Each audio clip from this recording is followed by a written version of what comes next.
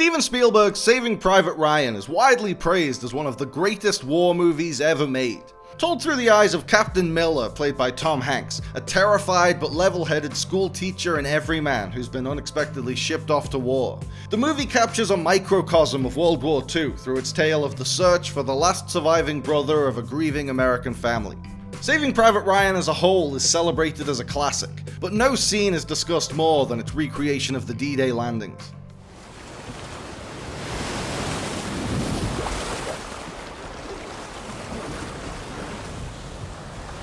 The sequence is so memorable that it's often mistakenly referred to as the movie's opening scene, despite the framing narrative of an older Private Ryan visiting military graves.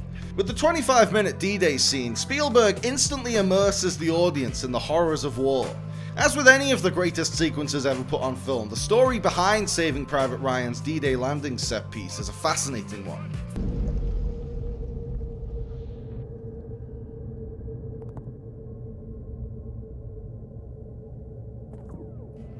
Spielberg recognized that the D-Day invasion was one of the most important scenes in the movie. He assembled 750 extras on the east coast of Ireland and carved a whopping $12 million chunk out of the movie's budget to pay for it. The director knew that it could make or break his ambitious World War II epic. It would either get viewers hooked straight away or turn them off before the main plot was even in full swing.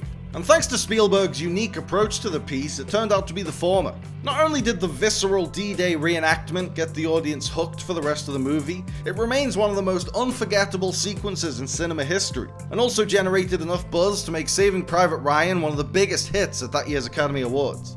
And the Oscar goes to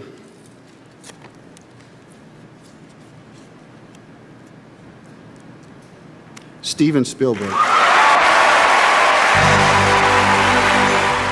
While most movie productions utilize storyboards and shot lists, especially for big, complicated action scenes like this, Spielberg decided to use neither in creating Saving Private Ryan's D-Day set piece. The script didn't include much specific action. In fact, the sequence as written was only about 7 pages long. There's a general rule that 1 page of script equals 1 minute of runtime, but Spielberg ended up turning those 7 pages into a 25-minute sequence. Winging it on the day is an extremely risky way to approach filmmaking, particularly filmmaking on the scale of Saving Private Ryan. And if anybody other than Spielberg had wanted to shoot this way, the producers and studio executives with millions of dollars at stake would have undoubtedly shut them down. But as told to the DGA, who awarded Spielberg's work on Saving Private Ryan with their Outstanding Directorial Achievement in Motion Pictures trophy, the director had a good reason for tackling the D-Day invasion this way. I had to shoot this sequence one step at a time, because that's the way the Rangers took the beach, 1 inch at a time. As a result, I was able to make up this whole sequence as I went along. While the elaborately staged battles of some war movies fail to connect with audiences because they feel too carefully planned to really capture the grim realities of war, Spielberg's spontaneous coverage of the D-Day landings resulted in a frenetic, engaging sequence that still packs a punch after 100 viewings. Spielberg said that coming up with shots on the spur of the moment and not a month ahead of time helped make things a little more chaotic and unpredictable.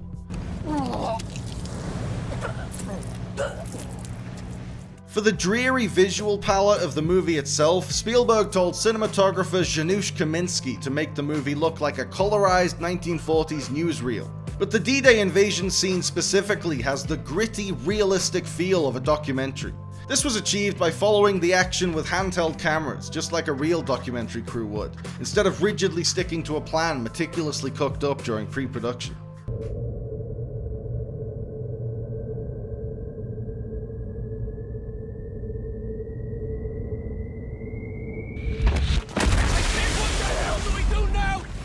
Some moments in Saving Private Ryan's D-Day sequence are as haunting and disturbing as anything you'll find in a horror movie, like the dazed soldier finding his own severed arm on the beach, or the soldier who takes off his helmet and promptly takes a bullet to the head.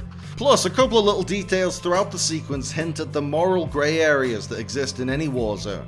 Whereas most Western-made World War II movies will paint the Allied powers as heroes and the Axis powers as villains, Saving Private Ryan suggests it was much more complex than that. During the D-Day sequence, Allied troops gunned down a couple of scared, surrendering German officers in cold blood. The result of Spielberg's novel approach to shooting this scene is one of the most harrowing portrayals of warfare ever put on film. The director's dramatization of the D-Day landings reportedly triggered PTSD attacks in real veterans who were on the beaches of Normandy. While that widely circulated nugget of trivia is terrible for those poor veterans, it's a testament to the intensity and historical accuracy of Spielberg's filmmaking. The only downside of his masterfully crafted recreation of the D-Day landings is that nothing in the rest of the movie could live up to it.